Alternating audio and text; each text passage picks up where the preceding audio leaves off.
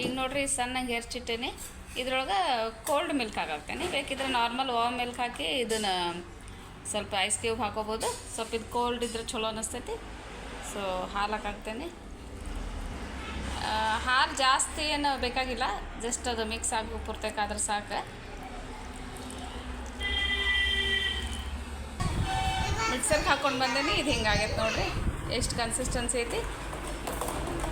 ಸ್ವಲ್ಪ ಕೆಳಗೆ ಮೇಲೆ ಮಾಡ್ಬೇಕು, ಯಾಕಂದ್ರೆ ಅದು ಫ್ರೂಟ್ ಮ್ಯಾಲೆ ಬಂದಿರ್ತೈತಿ. ಕಂಪ್ಲೀಟಾಗಿ ಸ್ಮೂತಿಗತ್ತೆ ಒಂದು ಇದಾಗೈತಿ. ಇದಕ್ಕೆ ಆ್ಯಕ್ಚುಲಿ ಇದು ಅಷ್ಟು ಹಣ್ಣಾಗಿಲ್ಲ. ಹಣ್ಣಾಗಿದ್ರೆ ಮ್ಯಾಲೆ ಬ್ಲ್ಯಾಕ್ ಇರ್ತಾವೆ. ಇಲ್ಲಿ ಸಿಗೋದು ಅಪರೂಪ ಸಿಕ್ಕೈತೆ ಅಂತಂದೆ. ಹಂಗೆ ಬ್ಲ್ಯಾಕ್ ಇದ್ರೆ ಫುಲ್ ಸ್ವೀಟ್ ಇರ್ತೈತೆ, ಒಳ್ಳೆ ವೆನಿಲಾ ಐಸ್ ಕ್ರೀಮ್ ಗತ್ತೆ. ಅದಕ್ಕೆ ಏನೂ ಹಾಕೋದೇ ಬೇಕಾಗಿಲ್ಲ. ಇದಕ್ಕೆ ನಾನು ಇಲ್ಲಿ ಜೇನುತುಪ್ಪ ಹಾಕಾಕ್ತೇನೆ ಸ್ವಲ್ಪ. ಇದು ಸರ್ವಿಂಗ್ ಗ್ಲಾಸಿಗೆ ಹಾಕ್ತೇನೆ. ಮಸ್ತ್ ಬಟರ್ ಸ್ಮೂತಿ ರೆಡಿ ಆಗೈತಿ.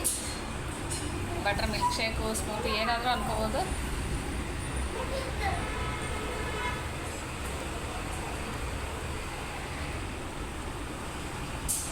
ಇದು ಚಲೋ ಫ್ಯಾಟ್ ಇರ್ತೈತಿ ಇದ್ರಾಗ. ಆ್ಯಕ್ಚುಲಿ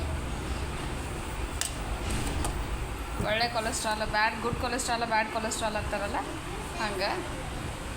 ಇದ್ರ ಮ್ಯಾಲೆ ಬೇಕಿದ್ರೆ ನೀವು ಒಂದು ಸ್ವಲ್ಪ ಡ್ರೈ ಫ್ರೂಟ್ಸು, ಚಿಯಾ ಸೀಡ್ಸ್ ಇಟ್ಟು ಹಾಕೋಬೋದು. ಸದ್ಯಕ್ಕೆ ನಾ ಏನು ಹಾಕಾಗುತ್ತಿಲ್ಲ, ಸ್ವಲ್ಪ ಇದು ಅಷ್ಟು ಹಾಕಾಗ್ತೇನೆ, ಹನಿ ಅಷ್ಟು ಹಾಕಾಗ್ತೇನೆ. ಇದು ಹನಿನೂ ನಾನು ಗಿರಿಜನ್ ಅಂತಂದು ಇಲ್ಲಿ ಗೌರ್ಮೆಂಟ್ ಅಪ್ರೂವ್ಡ್ ಒಂದು ಬರ್ತೈತಿ, ಅದನ್ನು ತೊಗೊತೇನೆ.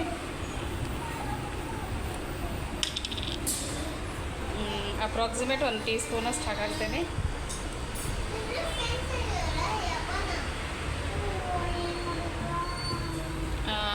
ನಿಮ್ಗೆ ಜೇನುತುಪ್ಪ ಅಥವಾ ಯಾವುದಾದ್ರು ಡೇಟ್ ಸಿರಪ್ ಬರ್ತೈತಲ್ಲ, ಯಾವುದಾದ್ರೂ ನೀವು ರಿಪ್ಲೇಸ್ ಮಾಡ್ಕೋಬೋದು ಸಕ್ಕರೆ ಬದಲಿ.